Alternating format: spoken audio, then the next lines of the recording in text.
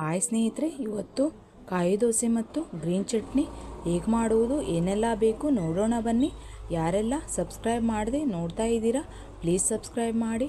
ಇನ್ನಷ್ಟು ವಿಡಿಯೋಗಾಗಿ ಬೆಲ್ಲೈಕನನ್ನು ಒತ್ತಿ. ಹಾಗಾದರೆ ತಡ ಏಕೆ, ನೋಡೋಣ ಬನ್ನಿ. ನಮಸ್ಕಾರ ಎಲ್ಲರಿಗೂ, welcome back to Jaya recipe. ಮೊದಲು ಚಟ್ನಿಗೆ ರೆಡಿ ಮಾಡಿಕೊಳ್ಳೋಣ. ಚಟ್ನಿ ಮಾಡಲು ಮಿಕ್ಸರ್ ಜಾರಲ್ಲಿ ಅರ್ಧ ಈರುಳ್ಳಿಯನ್ನು ಹಾಕಿದ್ದೀನಿ. ಹಾಗೆಯೇ 2 ಬೆಳ್ಳುಳ್ಳಿ ಹೆಸಲು, ಅರ್ಧ ಇಂಚು ಶುಂಠಿ,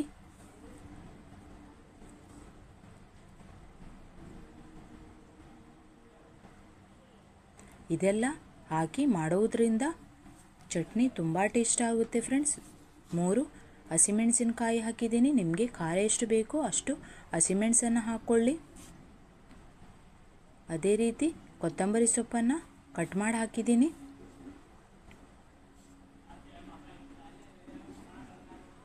ಈಗ ಇದರಲ್ಲಿ ಅರ್ಧ ಟೇಬಲ್ ಸ್ಪೂನು ಸಕ್ಕರೆ ಹಾಕ್ತಾ ಇದ್ದೀನಿ. ನಿಮಗೂ ಬೇಕಂತಂದರೆ 1 ಟೇಬಲ್ ಸ್ಪೂನು ಹಾಕ್ಕೊಳ್ಬೋದು. ಹಾಗೆಯೇ ಅರ್ಧ ಹೋಳು ತೆಂಗಿನ ತುರಿ ಹಾಕ್ತಾ ಇದ್ದೀನಿ. ಉಪ್ಪು ಹಾಕಿ ನೀರು ಹಾಕಿಬಿಟ್ಟು ರುಬ್ಕೊಳ್ಬೇಕು. ಇದನ್ನು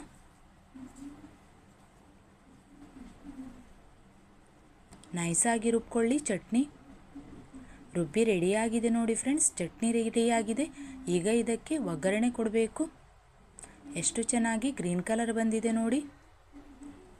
ಈ ಚಟ್ನಿ ಉದ್ದಿನ ದೋಸೆಗೆ, ಹಾಗೆ ಕಾಯಿ ದೋಸೆಗೆ, ಸಾದಾ ದೋಸೆಗೆ, ನೀರು ದೋಸೆಗೂ ತಿನ್ಬಹುದು.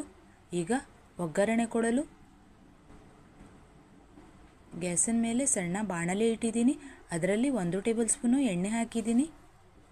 ಈಗ ಇದರಲ್ಲಿ ಅರ್ಧ ಟೇಬಲ್ ಸ್ಪೂನು ಸಾಸಿವೆ, ಹಾಗೆಯೇ ಕರಿಬೇವಿನ ಸೊಪ್ಪು ಹಾಕ್ತಾ ಇದ್ದೀನಿ. ಎಣ್ಣೆ ಬಿಸಿಯಾಗಿದೆ. ಸಾಸಿವೆ ಹಾಕಿದ್ದೀನಿ. ಕರಿಬೇವಿನ ಸೊಪ್ಪು ಹಾಕಿ ಚೆನ್ನಾಗಿ ಮಿಕ್ಸ್ ಮಾಡ್ತೀನಿ. ಒಗ್ಗರಣೆ ರೆಡಿಯಾಗಿದೆ ನೋಡಿ ಫ್ರೆಂಡ್ಸ್. ಈಗ ಇದನ್ನು ಚಟ್ನಿಯಲ್ಲಿ ಹಾಕ್ತೀನಿ.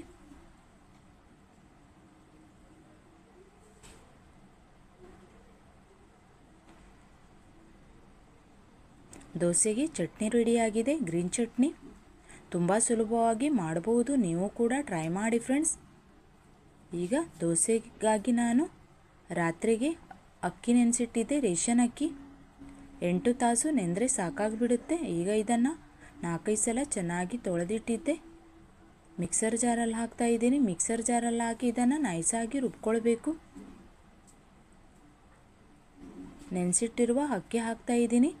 ಅದೇ ರೀತಿ ಅರ್ಧ ಹೋಳು ತೆಂಗಿನಕಾಯಿ ತುರಿ ಹಾಕ್ತಾ ಇದ್ದೀನಿ. ತೆಂಗಿನಕಾಯಿ ತುರಿಯ ದೋಸೆ ಆಗಿರೋದ್ರಿಂದ ತೆಂಗಿನಕಾಯಿ ಹಾಕಲೇಬೇಕು. ಈಗ ಇದನ್ನು ನೀರು ಹಾಕಿ ನೈಸಾಗಿ ರುಬ್ಕೊಳ್ಬೇಕು. ಸ್ವಲ್ಪ ನೀರು ಹಾಕಿ ಆಮೇಲೆ ಬೇಕಂತಂದರೆ ನೀರು ಆ್ಯಡ್ ಮಾಡ್ಕೊಳ್ಬೋದು. ಹಿಟ್ಟು ಎಷ್ಟು ಚೆನ್ನಾಗಿ ಬಂದಿದೆ ನೋಡಿ. ನೀರಿನ ದೋಸೆನೇ ಥರ. ನೀರಿನ ದೋಸೆಗೆ ಕಾಯಿ ಹಾಕೋದಿಲ್ಲ, ಆದರೆ ಇದಕ್ಕೆ ಕಾಯಿ ದೋಸೆ ಆಗೋದ್ರಿಂದ ಕಾಯಿ ಹಾಕಿಕೊಳ್ಬೇಕು. ಒಂದೇ ಥರ ದೋಸೆ ತಿಂದು ಬೇಸರ ಅನ್ನಿಸಿದರೆ ಇದನ್ನು ಮಾಡ್ಬೋದು ನೀವು ತುಂಬ ಈಸಿಯಾಗಿ. ಉಪ್ಪು ಹಾಕಿ ಎಷ್ಟು ಬೇಕೋ ಅಷ್ಟು ನೀರು ಹಾಕ್ಕೊಂಡು ಮಿಕ್ಸ್ ಮಾಡ್ಕೊಳ್ಬೇಕು. ರಾತ್ರಿ ಅಕ್ಕಿ ನೆನೆಸಿಟ್ಟು ಬೆಳಿಗ್ಗೆ ಮಾಡ್ತಾ ಇದ್ದೀನಿ ನಾನು.